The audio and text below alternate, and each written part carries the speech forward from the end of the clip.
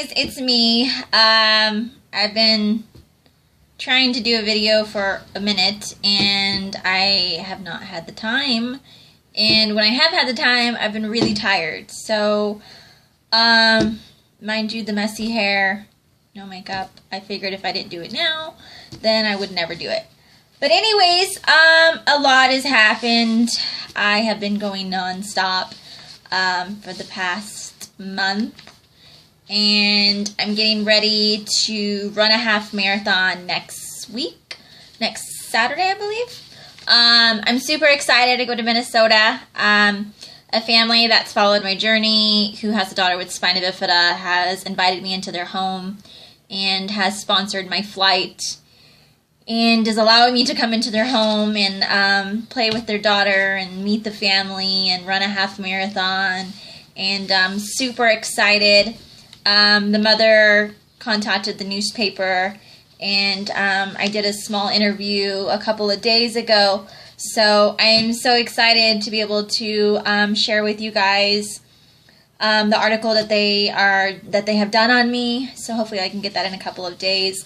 I'm super grateful and in huge gratitude to be able to have families like that. It's happened a couple of times where they have taken me into their homes and allowed me to stay for a couple of days and meet their children and run a race. And I'm in huge gratitude and love to be able to know that my journey has allowed me to participate in such amazing stepping stones in my life.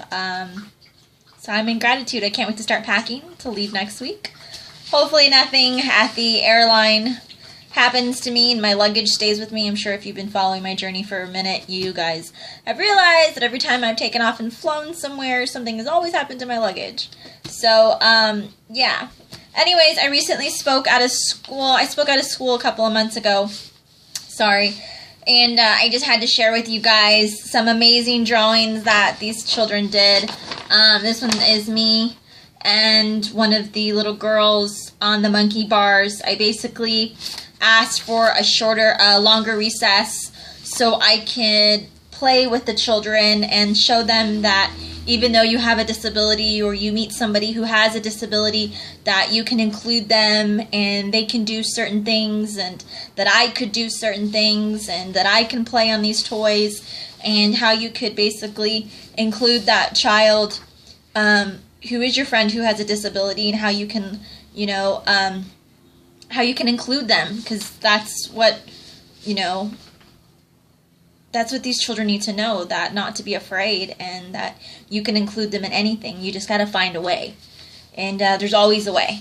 So there's that one. And then this is another drawing. She was on the monkey bars, and I brought my skateboard to the school, and I basically just skateboarded around and around and just kind of just showed everybody that, that even though it might be hard, that you can find a way to be able to do something. So I'm grateful that I was even allowed to go into that school, and I'm just happy that I can even be able to do that with this journey. And I hope in the rest of the year, in early 2015, that I will be able to do a lot more, be able to go to a lot more schools. I have a couple of goals, and I know that if I focus on them and if I write about them and if I throw it out to the universe, that it's going to work. And my journey allows me to work at that every day as long as I wake up and put the effort in. So I'm super excited.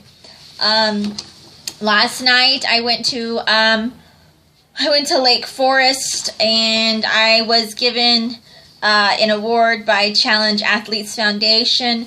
Challenge Athletes Foundation, I knew nothing about Challenge Athletes Foundation, and basically how I got in with Challenge Athletes is that my friend who's a cyclist, she was like, oh, I see that I basically told her, hey, I ran a couple of 5Ks. I think I had like maybe 2 under my belt. And I was like, I don't know how I'm going to pay for my registration. I'm only allowed to work 3 days a week. And I can't afford to pay, $60, $70 for a registration fee for a race, and I didn't know what to do. So she introduced me to these friends, and those friends happened to be connected with CAF. And I did the footwork, and the footwork required me to fill out their application and submit, some paperwork and proof of income, and write a letter and a referral letter. And next thing you know, I had received a grant in 2012, 2013, 2012. Sorry. I had received a grant for a little over $700. And basically what I would do is I would email the company and I would tell them, hey, I'm with Challenge Athletes Foundation. It's really hard for me to be able to afford a registration. I'm highly interested in participating in your event. Could you please provide a sponsorship code for me? And 9 times out of 10, they would send me a code, and sometimes races wouldn't because they don't do any comp codes at all. There's a couple of races out there that do that. And if they didn't provide or could not help me in providing a comp code, I would use the money from CAF and be able to run that race. And it would help me with some gas money, and it worked out great. So I am in huge gratitude and love to be able to be connected to an amazing program that gives back and helps athletes who have a disability. And I applied again for the 2014 grant, and I applied for a bike. I have not ridden a bike. I think the last time I rode a bike was when my dad got me a red tricycle at, he got me this red tricycle at one of these stores. I can't even remember what it is. But that was about the last time. I think I was like 6 or 7 years old. And I remember when I was growing too big for it, I would put my legs in the back and try to like scoot. And it just didn't work out. But so then I started riding a skateboard. So anyways, I applied for a bike, and I got a grant. And not only did I get a grant, I was presented with an award. So this is what I got last night. And basically, I go to the location of where they measure bikes and so forth, and they will custom fit me a bike, a Misty size bike, for nobody else but me. So with that bike, my goal is to run a triathlon in a couple of months. And I'm super nervous, and it's a good nervous, and it's a scary nervous, and it's a growing nervous, because I'm not a fan of swimming, because I'm so tiny, and I have like no body fat. So this is going to be a little experience. This is going to be definitely a different workout. This is going to be definitely an amazing sport to be able to get into, because my goal, like I was saying last night to my boyfriend, I was like, I can't wait to be able to like look at my calendar and like have a month where like I have like a half marathon, a Spartan race, and a triathlon. And he's like, I'm like, you gotta come to everyone. But anyways, I'm super grateful, and I'm excited to see where this bike, with this journey with this bike takes me. And I think it's going to be a great vlog and a great way to feel a little bit more free. So I'm excited to get on and ride a bike. I just can't wait.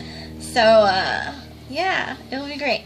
So so that's what's going on. I went to Texas a couple of weeks ago, had an amazing time, and it was a very hard course. The terrain was outrageous. And there was literally moments where we're going uphill so high and at such an incline that grown men were having to stop on the side, and I had to keep going. And I would just look at them and I'd be like, like, I'm sorry, I wish I could help you. And I'm just like, but that's why it pays to hydrate like a week before. And yeah, I did great. There was definitely some struggles that had happened. I'm sure as some of you know, I lost my luggage. I had no medical supplies. I had to go to Walmart at like 2 in the morning. I had to be at the race by 8 o'clock. You do the math on how much I slept. I had to run in kid size shoes 5. I wear 7.5. Yeah, and I finished the course strong. I finished feeling great, happy, healthy. I rang the bell on the rope climb. My shoes were destroyed. I had to throw them away. It was just definitely an eye-opener of what you can really do when you're put in a situation like that. My runner came from Miami. My flight and his flight was sponsored. And I just want to say thank you from the bottom of my heart. You know who you are. And this lovely lady who I've never met, Jan, and thank you so much. And, you know, he was a little tired and it made things a little hard sometimes. But, you know, we all have those days. And that's okay. I was really strong. And then I ran the next day. And it was a lot easier because the first day we ran 8 miles, something like that. And the second day we ran like 4 miles, and that was like a walk in the park. The terrain was just really rough, which made it really hard on my crutches because my crutches are not titanium. The bottoms of the crutches are just regular rubber. I don't know. I've always wanted to get like some terrain, like off-roading tips for the bottom of my crutches, but 1, I don't know how. 2, I'm sure I can't afford it. 3, this is the cheaper, easier route for now. So hopefully down the road I can get some really badass crutches that are hot pink with like, I don't know, like unicorns and stuff on them. But anyways, I love Texas. I was there for a week. I ended up staying a day over in that week. I should have been home like the 5th day, but I got stranded in Kansas, and that was not fun. I had to miss work, and work was not happy, and I made it home safe. So I'm getting ready to go to Minnesota, so let's see what happens. And I recently got my first trifecta. Somewhere, there it is. There.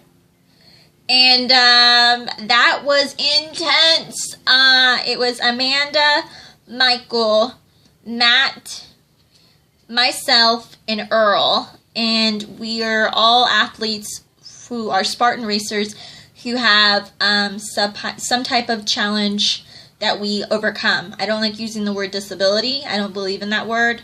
But we have some type of challenge. Michael is deaf. Amanda was hit by a car and uses crutches. Earl has a prosthetic leg, and Matt has spina bifida, and me, spina bifida. So we all set off, and we started in the right after the elites, about 8:15.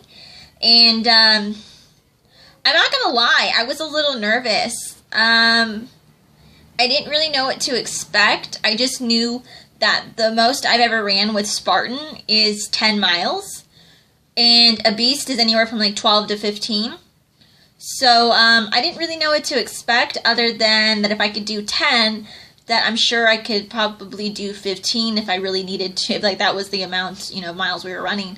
But I just know usually after 10 I'm really tired. So we set off, and oh my god, I cannot explain to you guys what an amazing team we had. We had to have at least 8 or 9 people on our team, and my good friend Mike, who I met in Arizona, he was the last one in the back, and basically he would make sure that we were moving forward every so often and that the group stayed together.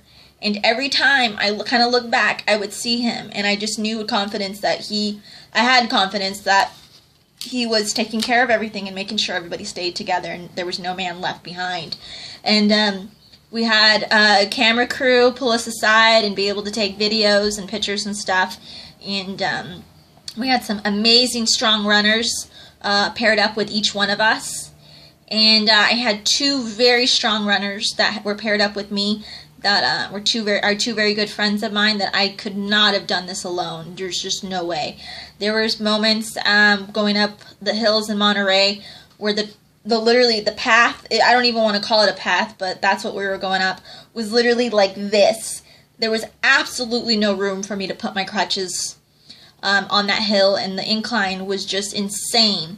And there were moments, a lot of moments, where I had to get on my hands and knees, give my crutches to my runner, and put my gloves on and literally just hold on to whatever I could to get up this hill. And yeah, that's what we did. And it were mile-long hills. And I will have to brag for a second. I dominated the rope climb. I remember back in December when I ran my first Spartan in 2013, I remember seeing some men climb up the rope and flip their body upside down and use their foot to ring the bell.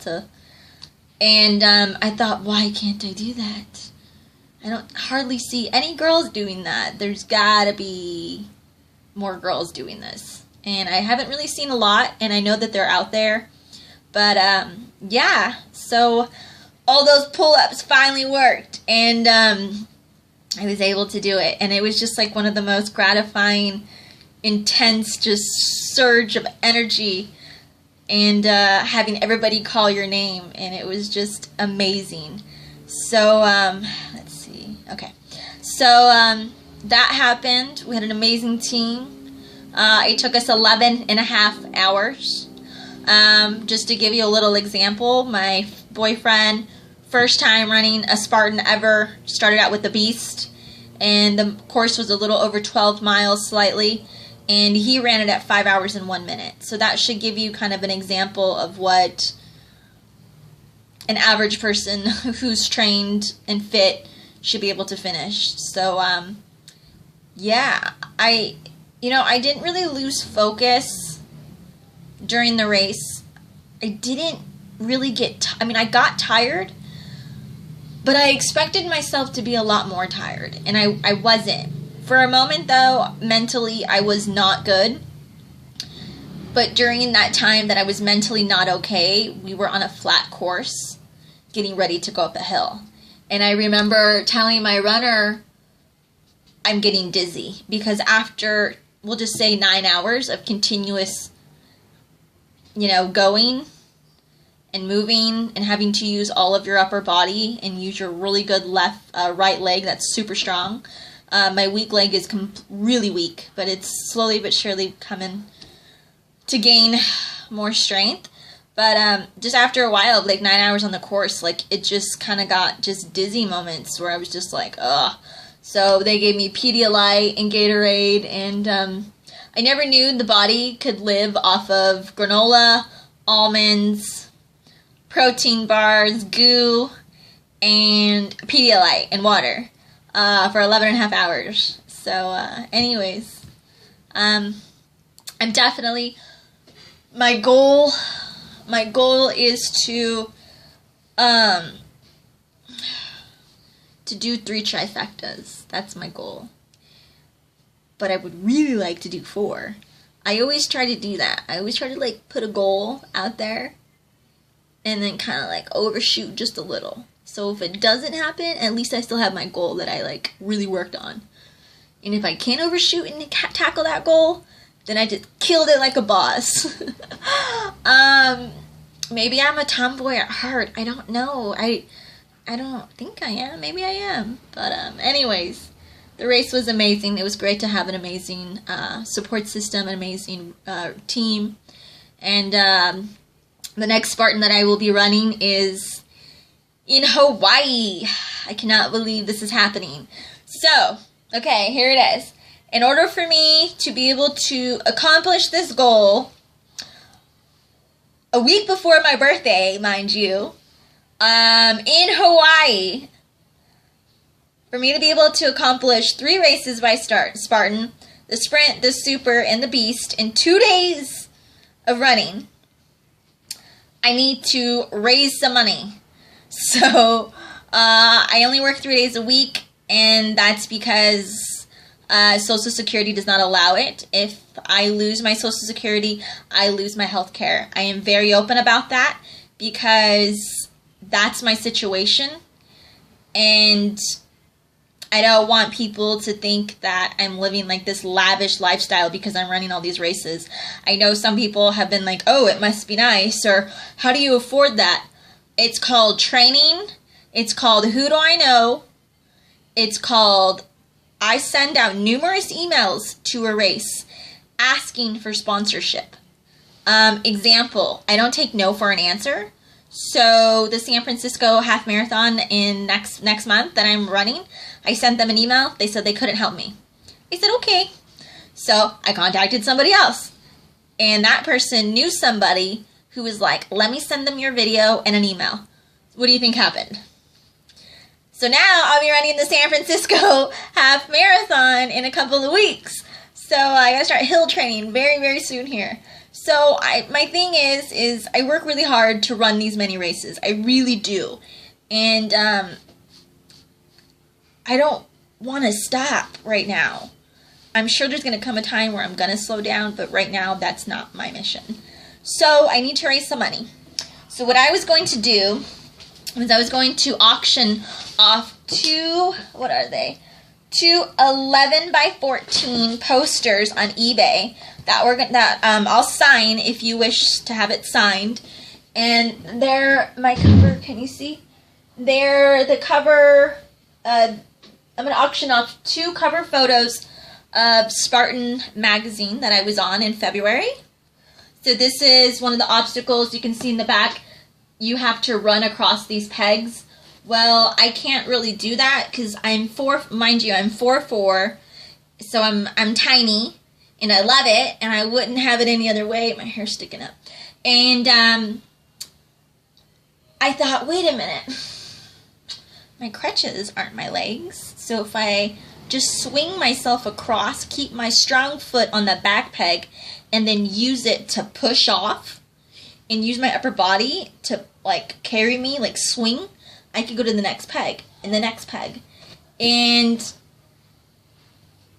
now that I've done that, a couple of other athletes who have crutches that run Spartan races have now started doing it.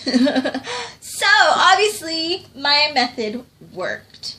So, I'm going to start the bidding off at 50. And you can put this in your gym. You can put this in your motivational room. You can put this in your garage. You can put this in your place of business. You can put this in your bathroom. I don't know. But whatever funds I raise and whatever they auction off for will help me run 3 Spartan races in 2 days. So I'm going to put those on either tonight or tomorrow. So please look for that. I would greatly appreciate it. I'm also going to be doing a GoFundMe. And I'm going to start giving that link out very soon, either today or tomorrow. And I'm going to sell some stickers and some shirts. And let me think. That's it. So that's what's going on. I want to share one last thing with you before I go, because I've talked really long. When I was living at home, I remember my father would always get the newspaper, and he would always come home and read it. And I don't know why or what, like, I remember grabbing the newspaper because I saw something in the newspaper. I think I was like 14, maybe 15. But I saw this quote by Mark Chestnut, and I've held on to this clipping for so long.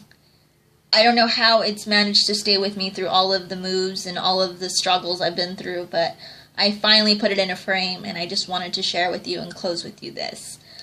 There is no choice but to keep going. This is what I do for a living. This is what I do for a living. I never slow down. And that quote could not be any more true. This is my life. This is my life today. This is what's working for me right now. And this is what I love. And this is what I do for a living. My job doesn't make me who I am. What I wear doesn't make me who I am. What color my hair doesn't make me who I am. That doesn't make anything of like what my life is about. What my life is about is who I help, how honest I am, what goals I accomplish, how I treat others, how I respect myself and others. And part of the main thing in my life is being an athlete. And I don't want to slow down. Not right now. And there's no choice but to just keep going. Don't stop. Never, ever give up. Never. I can't tell you how many times I've been in a situation where I could have either died or I could have fight really hard and keep going. And I really didn't want to keep going, but I did. And for me, running, like yesterday I was sitting at the event for CAF and I just started having tears roll down my eyes. And it makes me really excited and it makes me teary-eyed because being an athlete has given me a purpose. It's allowed me to reach audiences. It's allowed me to let you into my life. It's allowed me to be free. It's allowed me to feel proud. It's allowed me to help others. It's allowed me to feel strong. And the feeling that I get when I cross the finish line or when I receive a compliment of, hey, I follow you, and because you posted that you were doing this run, I thought, hey, why not? I'm going to sign up anyways. I might not have trained, but I'm going to do it. Thank you for motivating me. That is one of the most, it's one of the most best gifts in the entire world. Having a family ask me to come into their home to meet their daughter who has spina bifida. That's one of the best gifts in the entire world. It's better than a medal. It's better than anything I could ever possibly think of. And I'm grateful for my journey. And I hope that you keep following. And I've talked long enough. And thank you. And I will see you guys soon. Bye.